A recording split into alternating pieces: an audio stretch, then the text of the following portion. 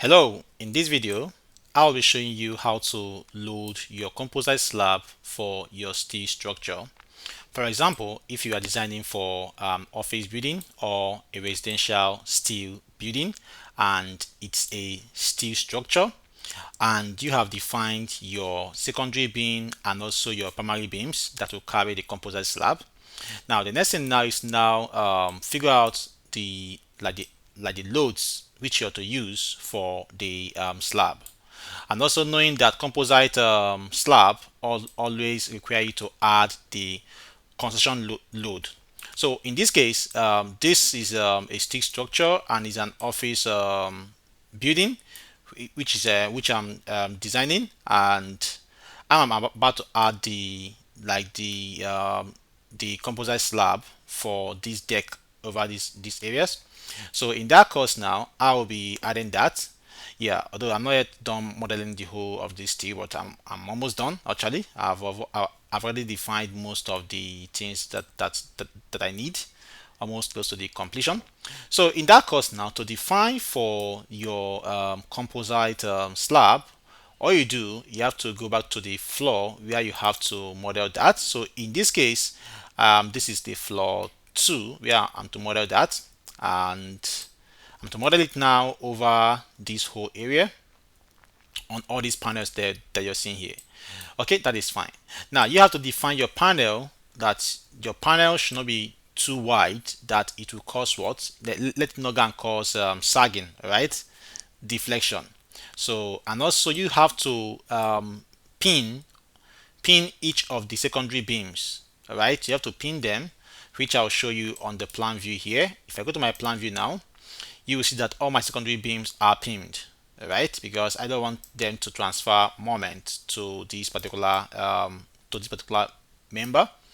So now in that course now, to now define your beam, sorry, your slab, go to your modeling tab and then go to your here. You can choose any of the option, but my best option is to use this one. This is much more easier. I'll click on this, although each of these options you can use them in some areas. So for this training, I'll be using this one. So I'll click on this now and then apply this, and then I'll just quickly click on this and make sure I see that axis intersection point, and I'll then go over here and then click on the next point here and make sure I see that too. I'll then click. Now when you click that now, it gives you your composite property dialog box. Now before we continue, if this is the first time 𝔻𝕚𝕚𝕠𝕝𝕝, consider subscribing, and if you're not a subscriber, consider joining the 𝔻𝕚𝕚𝕚 Mentorship or 𝔻𝕚𝕚𝕚 membership. Now we are currently running 49.9% discount on 𝔻𝕚𝕚𝕚 mentorship training, which will end this July. So if you have been wanting to join 𝔻𝕚𝕚𝕚 mentorship, this is the right time to do that. And if you have a friend that also would need that, you can also refer your friend or send the link to a friend, which you can get the link to enroll down this video description. You will also see our WhatsApp number if you want to reach us on WhatsApp to ask some questions about the enrollment. But everything you need is on that link. Just go there and read it up. Okay, that's fine. So now we then come here. Now once you come here, you are seeing this. You see this above the flange and level with the beam. Now, for if you in terms of construction sake, this one is more easier to construct, right? But this is the most common to use for the slab to flush with the flange of the primary beam, just as you can see it on the image here. So I will choose this option here. Then you choose your material grade for the slab, which is we are using 25 grade 25. Then you come here, this place that says this is the meshing. All right, this is the mesh fabric, which is the meshing. If you are designing for a residential building, you can go and choose A5 to A6 mesh. But for an office building, in my case, which I'm designing, which will carry more of the loads, which has more load compared to a residential building, I'll be using either A8 or A10. Okay, you use A8 or A10 for the meshing, which carries more load compared to other ones here. So I'll come and choose what A8 here. And after my design, If that's if it's not okay, I'll then move it to a higher one to A10. Okay, but A8 is very common for an office complex. I'll then come and choose what A8 here.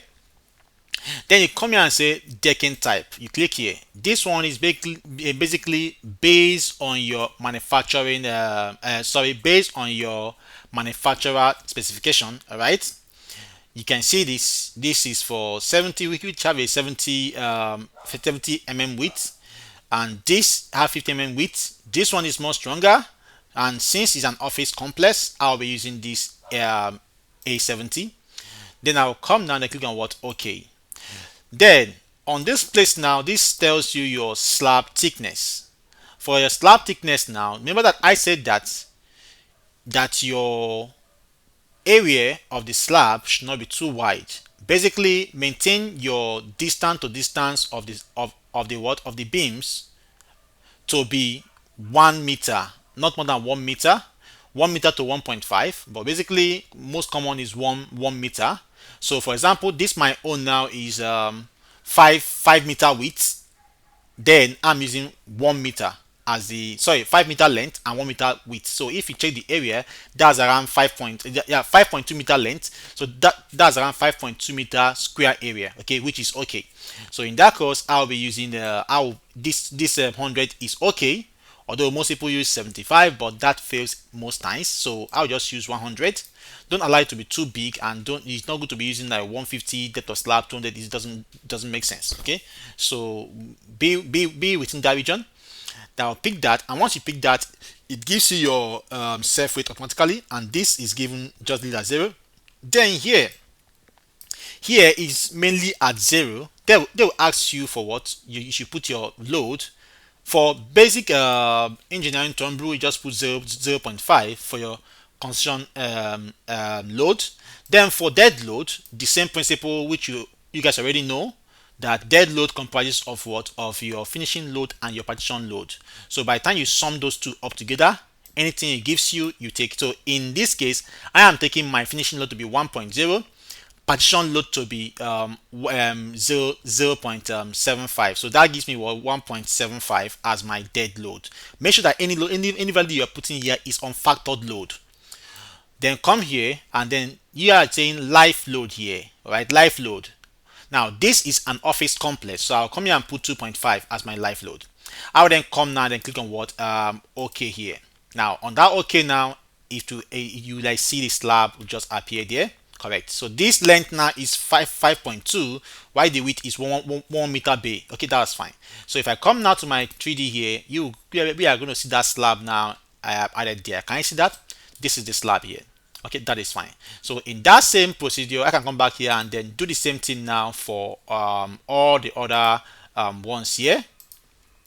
Come again here, same thing here. Now once you set that property, it will just set there automatically.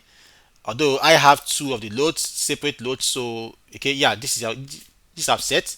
I'll then come and click on what OK here, so you can see that. So the same procedure you do it for all of them. Okay, that is fine. So you can see the next slab here. If I then continue again now by putting the rest here, so if I then come now and then impute this my last one for this particular bay, you can see if I put this now, I have now inserted, or I'll then say okay, I have now inserted all my composite slab on this particular area.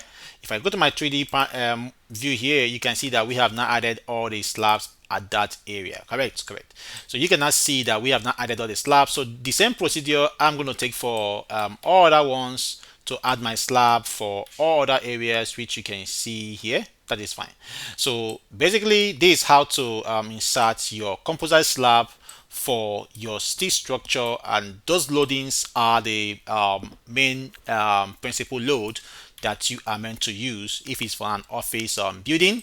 Then if it's for a residential building, the only difference is that the place I put 2.5 will be 1.5. All right, so on and so forth for other classes of what building too.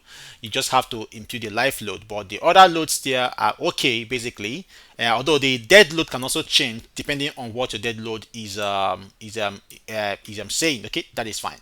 Okay, that's fine. So see you on my next video, which will be on a different topic basically.